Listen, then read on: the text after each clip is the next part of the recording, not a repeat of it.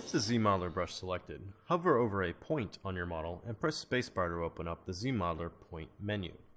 In here, locate the split action. With the split action selected, you'll see you have two targets, point and ring, and a series of modifiers down below.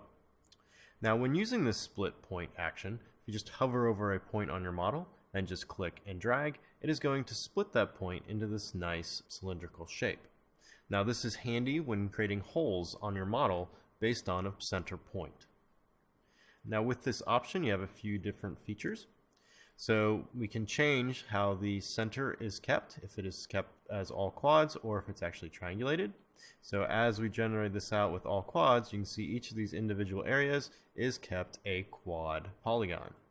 Now if we come back in and change this to triangulate center, and now we do that same split action, you'll notice that each one of these has now been generated as triangles, and each triangle is now focused on that center point. Other options you have here is the actual crease ring and do not crease. And when you actually apply this function, it's going to determine if creasing will be applied around the edges. And finally, you have a regroup ring or do not regroup. And this corresponds to the actual polygrouping that will be applied to the ring after it is created. So coming across this option here and dragging out, with it turned off, you will get the same polygroup for this new geometry as you had originally. Now, one thing nice about this point option here is it works with this ring function. So when you're actually dragging this out to generate the cylinder shape, you may not have enough topology around here to get the actual roundness you desire.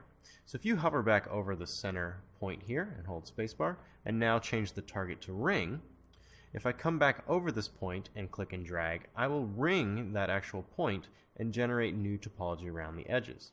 So using this split point to set our starting circular shapes and then refining it with ring will allow us to get different divides of that actual cylinder or circular geometry.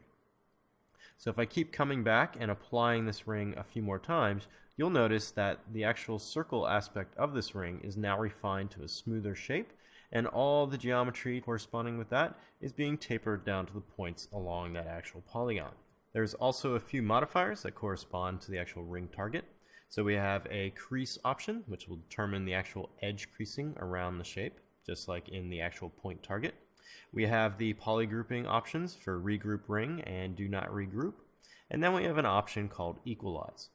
Now the equalize function will actually come through, and instead of actually smoothing out the geometry on these areas as that ring is applied, so if I just click and drag, you see how this is now a smooth area.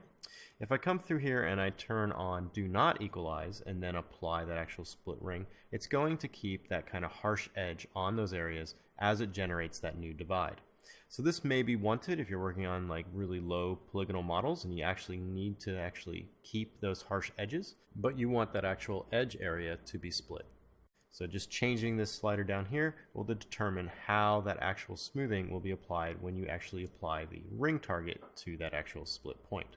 Now these split actions and their corresponding targets make it really nice to come through with the actual replay option as well with the actual ZModeler brush. So you can come through and actually generate these same size holes everywhere on your mesh, and then you can use options like QMesh with polygroup all to actually come through and start generating holes into the surfaces of your geometry.